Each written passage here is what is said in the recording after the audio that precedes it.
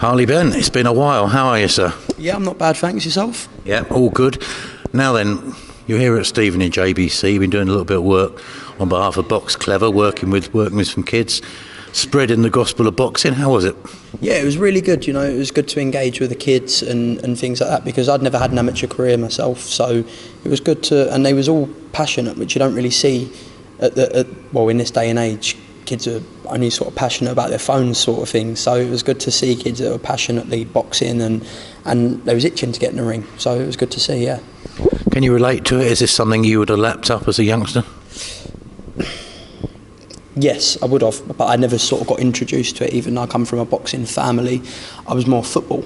But I wish I'd found boxing at a younger age. I mean, how polite the kids were here is good to see. Well, that's the whole thing about boxing and introducing young kids to boxing, is because it does bring that discipline. It makes people humble. It makes people mix with all elements of the community, and it's so important, especially in today's climate. Of course, there was all different ages, boys, girls, and that didn't matter at all. Do you know what I mean? Everyone wanted to get in the ring and show what they got and try, and it was really good. And what I noticed is there was no... Normally, if you go into somewhere full of kids at that age, there's talk about Instagram and Twitter and things like that. No, I didn't hear it once, honestly. I was really surprised. Everyone just wanted to put their gloves on and box. It was really good. You'd half expect them to be filming it as they go along. That's what I thought. I thought people were going to be taking selfies every time. But no, it was good. They was focused, and Box Clever's really good, and it's a good scheme. I mean, boxing changed my life massively. I was on the wrong path badly due to a football injury. It gave me depression, and I started smoking, drinking, and hanging around with the wrong people. But I know if I had boxing in my life earlier, I may not have taken that path. But when I found boxing, it put me back on the right path and has kept me there. So, yeah. Were you diagnosed with depression? No, I wasn't diagnosed with it. Do you know what? I didn't see a doctor about it. It was just more, I say depression, maybe depression. Well, no, it is the right word. It is. I was depressed because football was my life, and it got taken away from me. And I didn't even do my injury in football. I was playing on a little scooter and snapped my ankle in half. So yeah, it was a bad time for me. But where were you footballing at the time? I just left Arsenal development, and then I was playing for Waltham Cross. And so, yeah. So, I mean, you were playing to a good level and you hoped to have a future in the game, did you? Yeah, I did. I used to play a lot of football with my friend Archie, who's over there, and it was all I woke up to do was to play football as soon as I got home from school all night. And then, yeah, unfortunately that happened, but I think everything happens for a reason, and now I'm a boxer, so... So you did fine, but you spiralled into a dark place once your sort of dream had been taken away from you? Yeah, 100%. I was like, what do I do now, sort of thing. I was sitting, I had a cast on for 3 months. It was a bad break, so I had a 3-stone cast on my leg, and it wasn't one I could walk around on crutches. I was literally bedbound for just over 2 months, and then they changed my cast, but put me in a bad place. I mean, imagine being in your bedroom for 2.5 months, put people in a bad place, do you know what I mean? So I didn't channel that in the right way. I started smoking. When my leg was better, I started going out drinking because I knew I couldn't play football, so what else was there to do? And I think at that age of sort of 14, 15, you can be easily led if you're around the wrong people. So basically what I'm trying to get at is boxing really did save me from doing stupid stuff. And it took you a while to come round to boxing, though, didn't it? 100%, yeah. I mean, I was in that sort of bad place for about 4 to 5 years, so it wasn't like a little phase. It was a big chunk of my teenage years. I was in doing the wrong things, and it wasn't till 18, 19 that I decided to put some gloves on and crack on with it. I mean, it was a little dabble at white-collar boxing first, wasn't it? Yeah, it was, I'd say it was more sort of gym spars kind of thing, like no ticket sales or anything like that. It was just, I didn't even want to do it as a career when I started. I was just doing it to get me out of the place that I was in, and it made me feel good doing boxing, hitting the bag and things like that.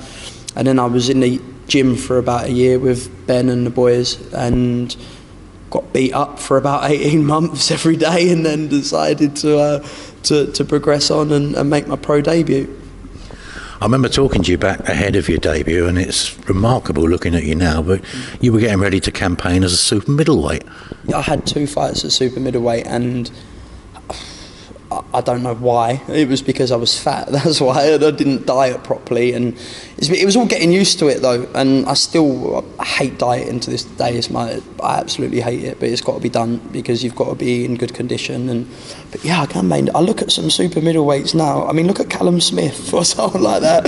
I'm only 5'10", so I would have been. Yeah, it wasn't the right weight, and now I'm moving down to welter and see how I get on there. How long did it take the penny to drop to realise that you need to buckle down and it's all about getting your weight and your discipline and everything else? If you look, I had a long layoff, about 9 months between my second and my third fight.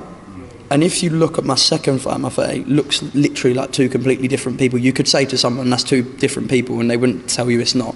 So I think then I realised, because my first fight, I managed to stop him in the start of the second round. But my second fight went the distance, and I got hit a few times. So I was like, oh, that was not nice. I remember literally feeling so sick after because I was so knackered. But I think it was because of the extra weight I was carrying. I was carrying more than a stone that I didn't need to. So I thought, right, it's time to crack on now. This game's hard. So yeah. How do you feel? I mean, how do you feel you developed as a fighter now? Because I mean, not being rude, but obviously you didn't have the most finesse when you first started. No, of course, I don't think I had. In my debut, I don't think I showed one bit of skill. If I'm genuinely, I was just loading up on punches. Every punch I threw took so much out of me because I was just trying to knock him out. And do you know what? I wouldn't like that. I stopped him with like a flurry of 20 punches, and I don't know what would have happened if he had come back at me after them 20 punches. Honestly, I was ready to hit the deck. I was knackered. So, yeah, there was no skill. But on May the 18th, I'm fighting.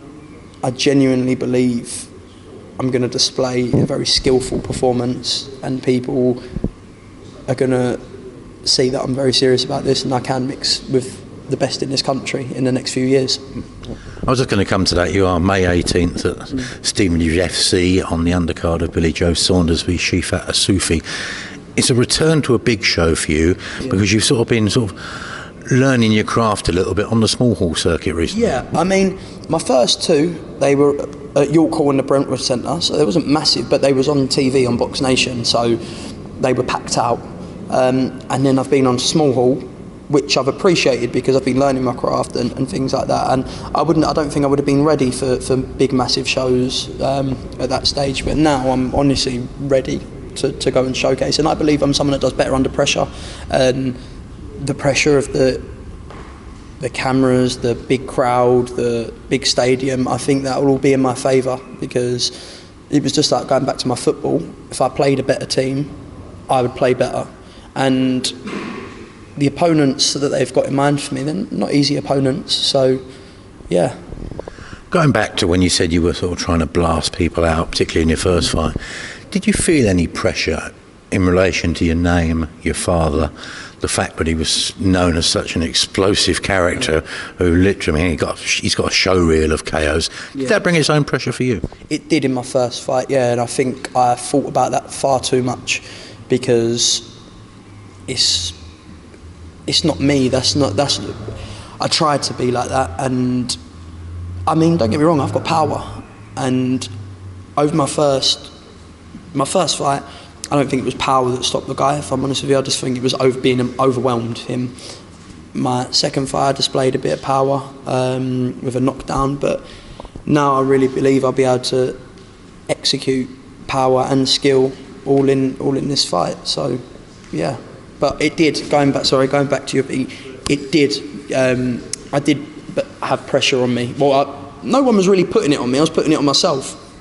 It was a talking point, wasn't it? Yeah, and I remember looking on Twitter the day before, let's see if he's like his dad and things like that. I thought, oh no. Need that, yeah. Yeah, I need that, don't I?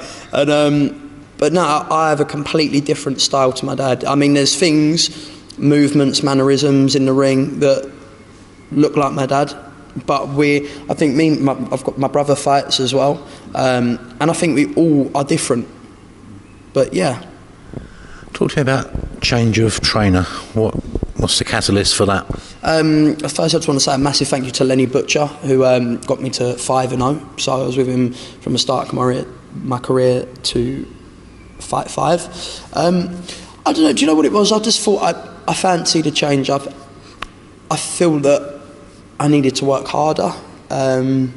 Not that Lenny wasn't working me hard, I just wanted to switch it up and learn more things and new things, because I hadn't had that experience of going to different gyms before. I'd only been in one place, and honestly, it's done me the world of good, which is taking, like I said, no disrespect to Lenny at all. I love Lenny, and he'll be a friend for life. But I'm now training out of Fort Galaxy Gym.